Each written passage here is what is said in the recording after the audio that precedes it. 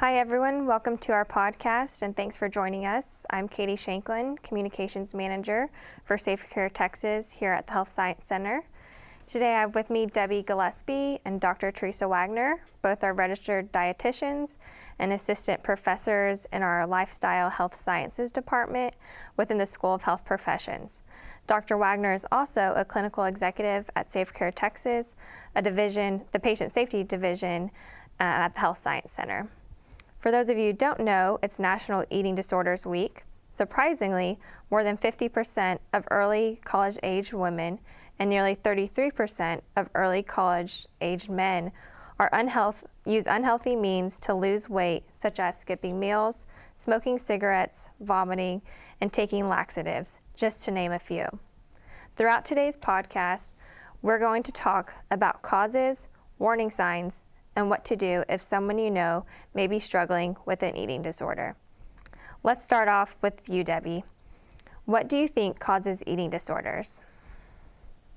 Well, that's a complex question to ask right off the bat, Katie, but really they're seeing that there's really no simple causes. The underlying causes ultimately remain unclear, but researchers have shown that there is a connection primarily between a psychological or even genetic predisposition to eating disorders. The current view is that they're a result of a complex interaction between social, biological, and psychological factors, so kind of all working together.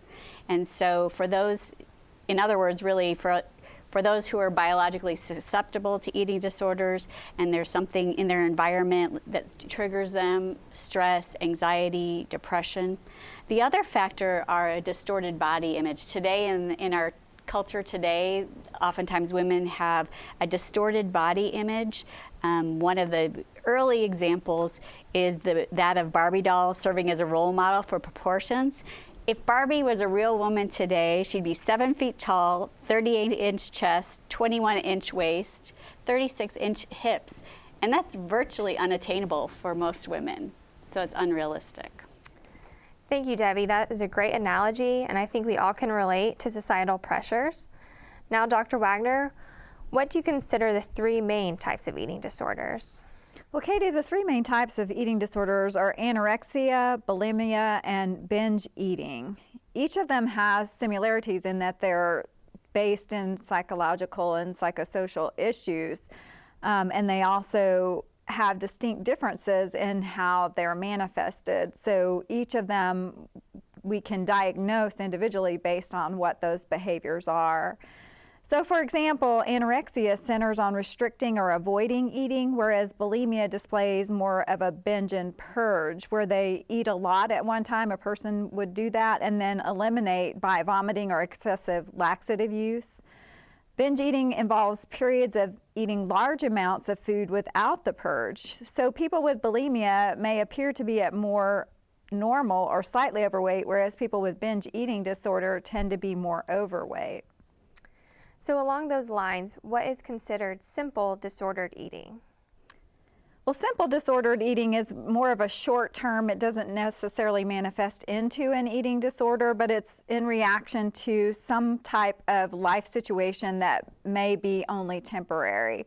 So for example, going through a divorce or starting college, anything that's a big transition in life, or the death of a parent or the death of a child, something that somehow temporarily interrupts how you would normally eat. And most people either tend to eat a lot when they're stressed or not eat a lot when they're stressed. So it could manifest as a food jag or habit where you are eating the same things over and over, or something that's a comfort food that you're craving during that period of time. You have compulsive thoughts or problems that interrupt your regular functioning. And generally, though, simple disordered eating through education and self-help can actually result in being resolved. So these are generally just short-term issues that stop on their own with time and the resolution of the stressor that caused the problem in the first place. Thanks, Dr. Wagner. This is a great segue into our next question. And Dr. Wagner, you mentioned the three types of eating disorders, and anorexia was one. How do we recognize anorexia? So Katie, people with anorexia tend to display these behaviors. They may have a dramatic weight loss, extreme refusal to eat certain foods or food categories. So for example, may avoid fats at all costs, reading labels and really obsessing about the ingredients in foods, or staying away from all carbs. They also have consistent excuses to avoid situations involving food. So if it's a holiday or a celebration, they find a reason to not go or be involved, which isolates them even further and complicates the situation, because it makes them feel isolated and not accepted by society. It's like this self-perpetuating problem.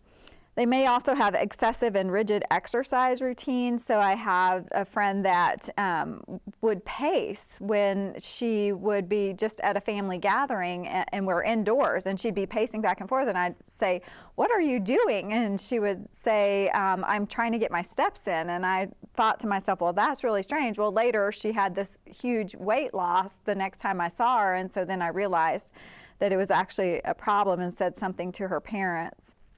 And then also withdrawal from usual friends and relatives, because again, when you're socializing, then you're expected to eat in those social situations. So avoiding social situations makes it easier for them to maintain the eating disorder.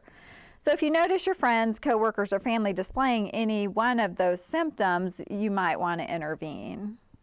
Thank you. Now, we discussed bulimia and binge eating disorder, but Debbie, can you describe the differences between those?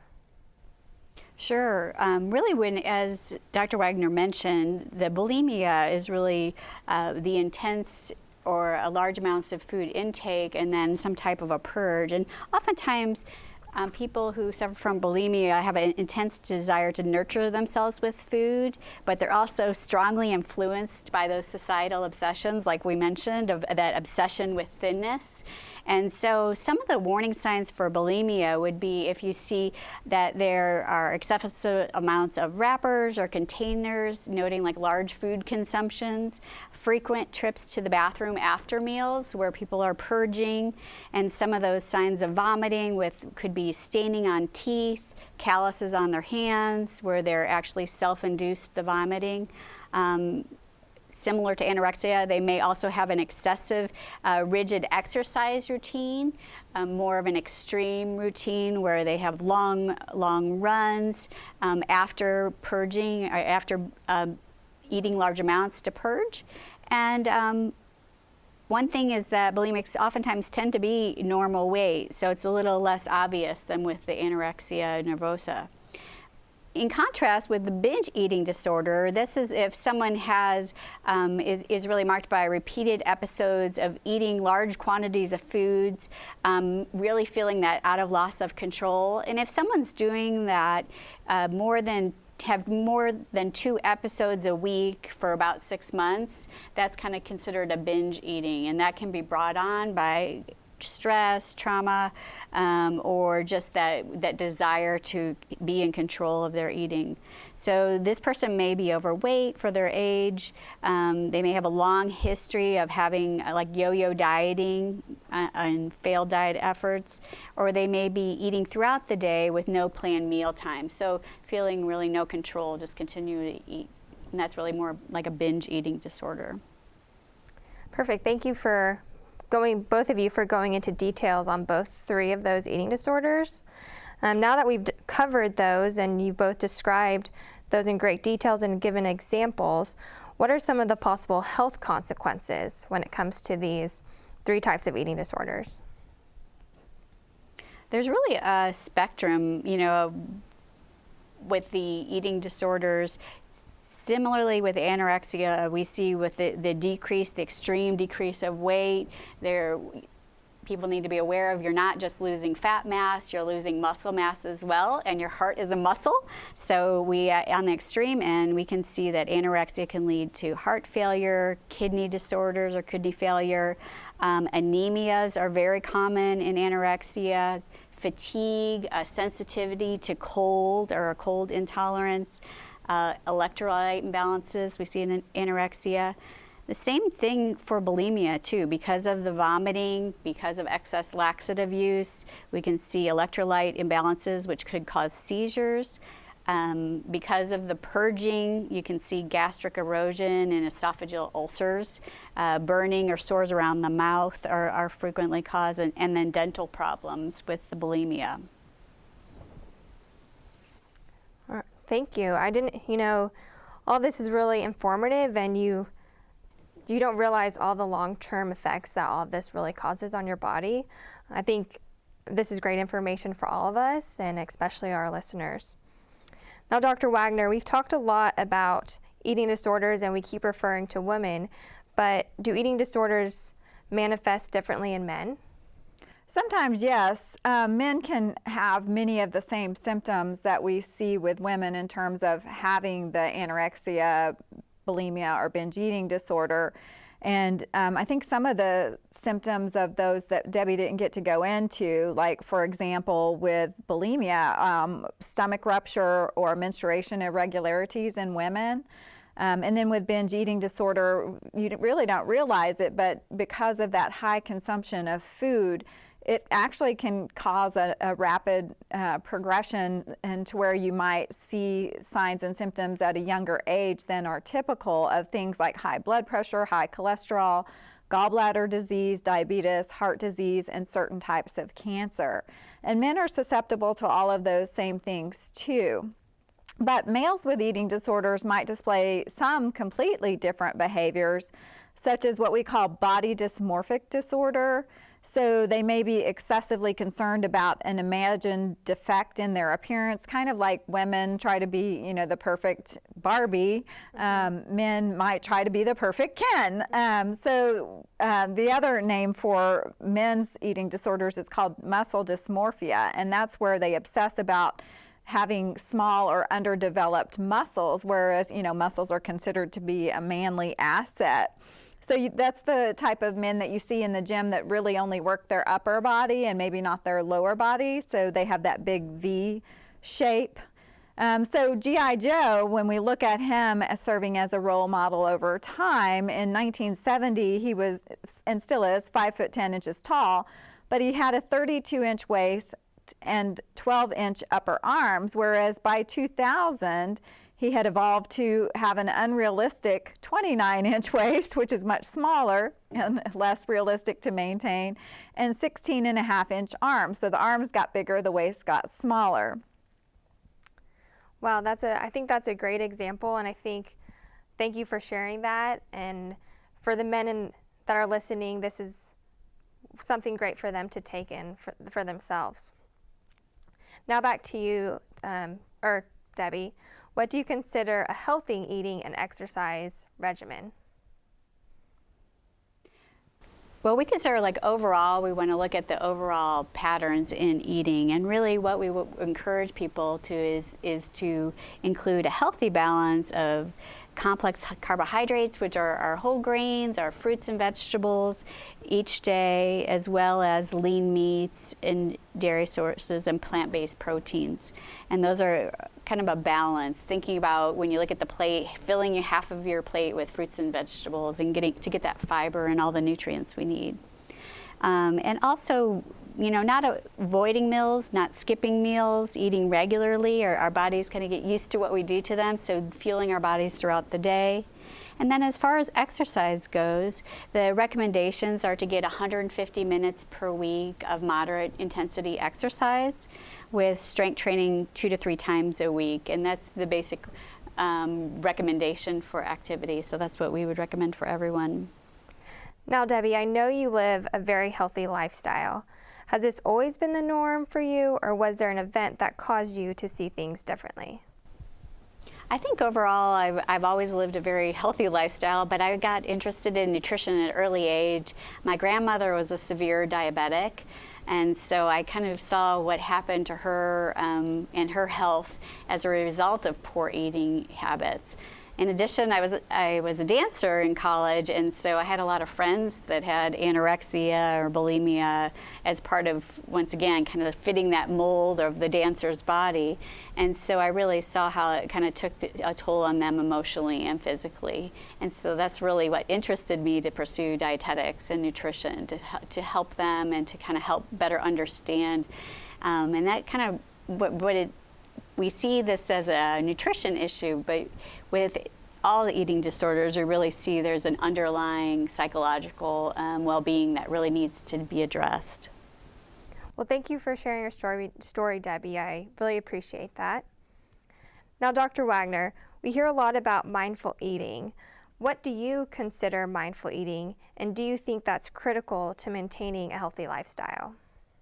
Well, definitely, Katie. As Debbie was sharing, when you're wrapped up in this psychological issue regarding eating disorders and separating yourself, and even, in your day-to-day life, let's say that, we at the Health Science Center, we go from meeting to meeting to meeting, and so we might grab food and eat during a meeting, or,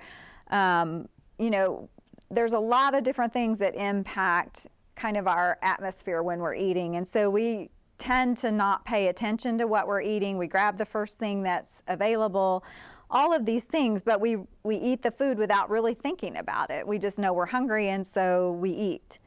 When you're mindful, you're fully present in the moment with your food, and you're not judging yourself based on that food. So it's really being able to enjoy your food and thinking of your food as nourishment, thinking of food as fuel. And so some ways that you can really focus on eating in a mindful way is to be aware of your body's cues of hunger and fullness. I use what I call the hunger scale, and that's where you think of hunger and fullness on a scale of 1 to 10. And you never want to let yourself get so hungry that you're below a 3 or so full that you're above an 8. So by doing that, you're better able to control what you eat and not just rush and eat something because you're starving, and then you never get to the point where you're miserable either. So it also helps to moderate your weight by doing it that way. But you want to pay attention to your social and environmental factors. Where are you going to be when you have your next meal? Keeping to those routine eating habits, because that helps you to eat a regular or normal amount and not get too hungry in between. So kind of trying to eat within an hour or two of the same times every day. Pay attention to your thoughts and feelings. Are you eating because you're upset, or are you eating for true hunger and nourishment? And then also any internal pressures. Are you feeling anxious? Are you stressed? Those types of things. So really trying to connect with your food and thinking of it as a way to nourish your body, and not as a source of entertainment or emotional support. Perfect. Thank you for sharing that. I know myself, for work and stuff, running to get lunch and grabbing something, I'm not mindful, so knowing that scale 2, 3 to 8 will help myself, and I'm sure a lot of other people. Now that we've described in detail all the various types of eating disorders, it's important to know what you can do to help yourself or someone close to you struggling with these issues. Dr. Wagner, what are some key things we can be doing today if we're in this situation? So you never want to confront someone that you think has an eating disorder, because that's just going to put them on the defensive. Instead, you want to be empathetic and set aside time that you can talk with them personally, rather than saying something at the lunch table like, you never eat, what are you doing? Or, if I had said something to my friend about the pacing, try not to be confrontational, set aside some time to talk. Communicate your concerns, but in a supportive way, and then ask your friend to really explore those concerns. Now, know that you'll probably get pushback, so you probably are going to have to either give them referral sources or refer them to some professional help as well. But avoid placing shame, blame, or guilt, and not giving contrite, simple solutions. Well, you just need to eat better, or things like that that kind of dismiss the whole emotional and psychological component to the eating disorder. But then again, at the end, express your continued support and providing those resources for help. Thanks, Dr. Wagner, for those great suggestions. Now, Debbie, if someone is struggling, where can they go? What are some referral sources we can share with our audience?